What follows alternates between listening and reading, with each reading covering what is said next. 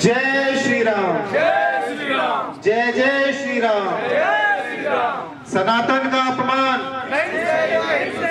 सनातन का अपमान, सनातन का अपमान।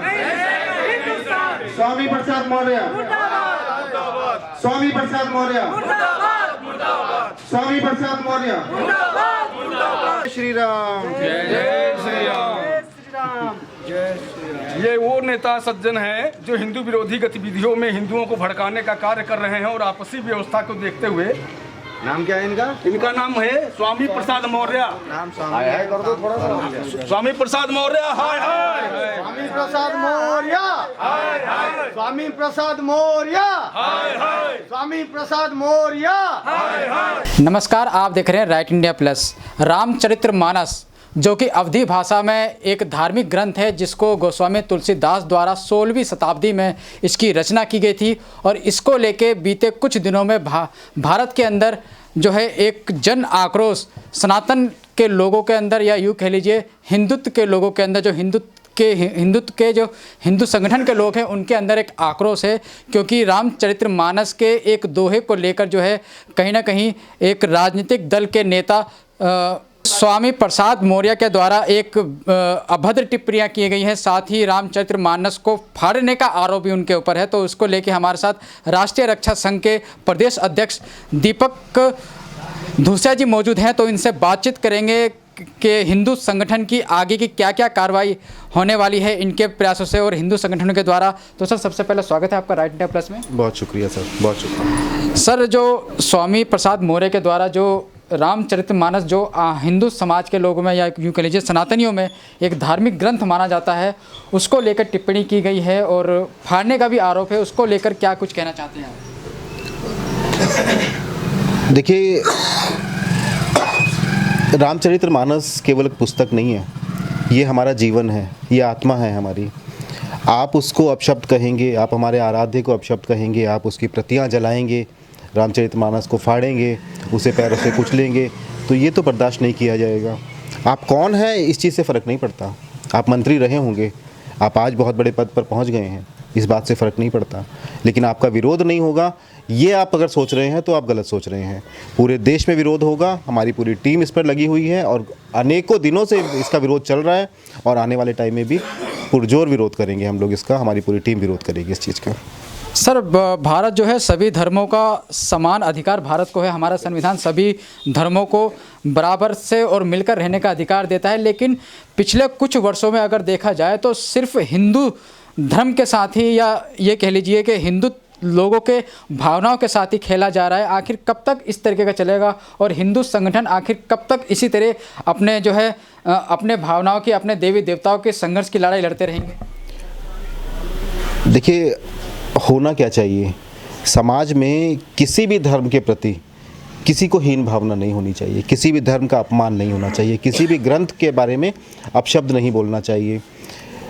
और अभी हम जिस चीज़ का विरोध कर रहे हैं ना, वो विरोध भी उन लोगों के ऊपर है जो सनातनी हैं, जो हिंदू हैं। हिंदू ही हिंदू को बोल रहा है, हिंदू ही सनातन के बारे में गलत बोल रहा है, हिंदू ही रामायण के बारे में गलत बोल रहा है। स्वामी प्रसाद मौर्य हिंदू हैं, हिंदू जन्म हुआ था उनका।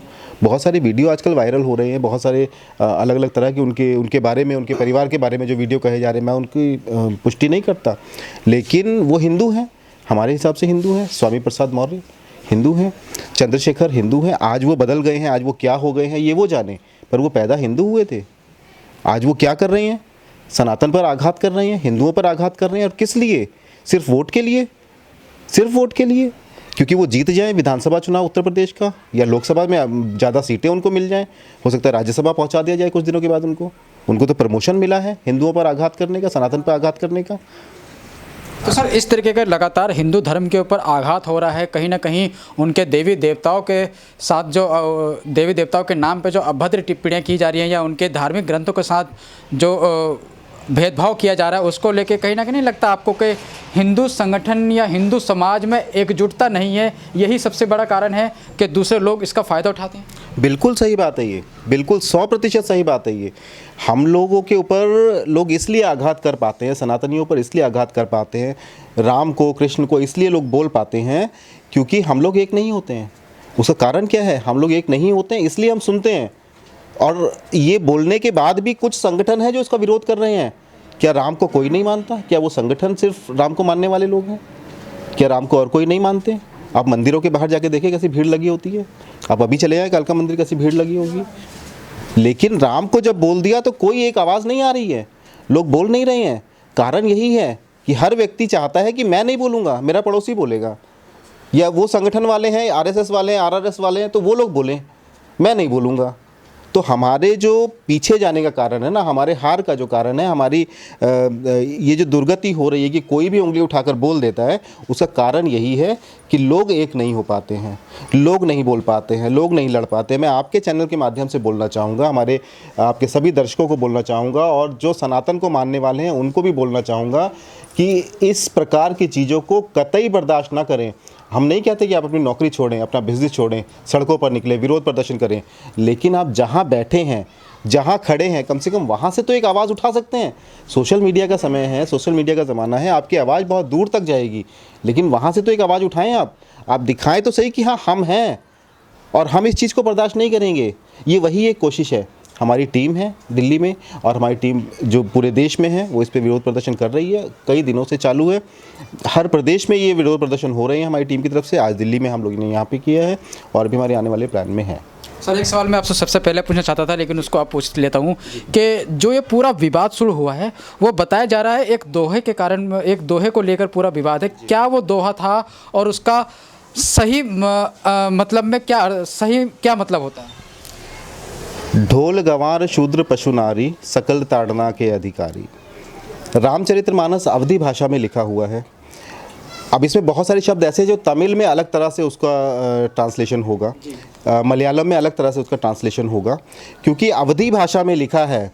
तो आप अगर गूगल करें ना तो आप पाएंगे कि ताड़ना का जो मतलब है अवधी भाषा में देखभाल करना है। मैं आपसे नहीं बोल रहा हूँ कि आप मेरे कहे पर जाएं, आप गूगल करें, आपके हाथ में फ़ोन है, आप गूगल करें, आप देखें।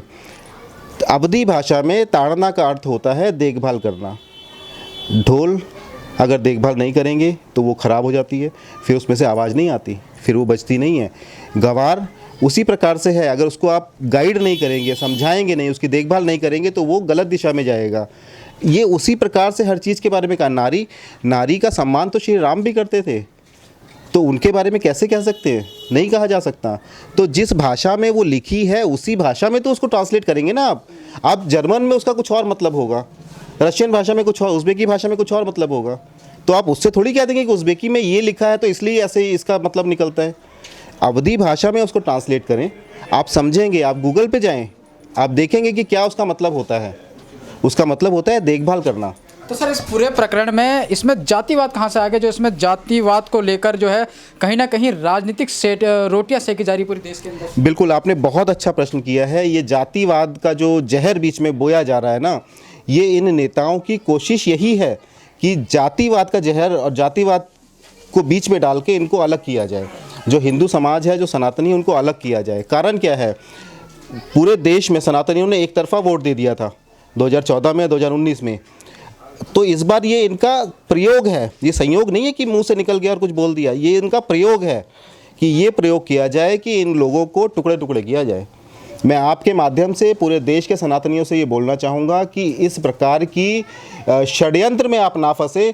अपने वोट का जब प्रयोग करने का समय आए तो बहुत सोच समझ कर करें, किसी के इस तरह के षड्यंत्र में ना फंसे। ये षड्यंत्र किया जा रहा है इस पूरे समाज के खिलाफ कि इनको किस तरह से अलग किया जाए, इनको कैसे टुकड़ों में बांटा जाए। ये दलित है, ये यादव है, ये ब्राह्मण है, ये फलाना है, ये ढिकाना। कोई नहीं है, आप केवल सनातनी हैं, आप कुछ नहीं हैं, आप केवल सनातनी हैं। आप अपने घर में यादव हो सकते हैं, आप अपने घर में दलित हो सकते हैं। जब आप समाज में आते हैं तो आप केवल हिंदू हैं, केवल सनातनी हैं। तो ये थे हमारे साथ दीपक धूसा जी, जो कि राष्ट्रीय रक्षा संघ के प्रदेश के अध्यक्ष हैं और हिंदू संगठन से हैं। और जो रामचरितमानस को लेके जो विवाद चल रहा है, जो स्वामी प्रसाद मौर्य का इन्होंने जो टिप्पणियाँ थी उनका इन्होंने खंडन किया, इनकी पूरी टीम ने खंडन किया। और रामचरितमानस समेत जो है बहुत से देवी देव जो है बहुत से ग्रंथों का लगातार अपमान कहीं ना कहीं भारत के अंदर किया जा रहा है। और इससे कहीं ना कहीं सनातन के लोगों में एक आक्रोश है, और ये आक्रोश आने वाले समय में क्या रंग लाता है वो देखना बहुत अहम होगा। तब तक आप बने रहिए और जुड़े रहिए राइट इंडिया प्लस के साथ। नमस्कार।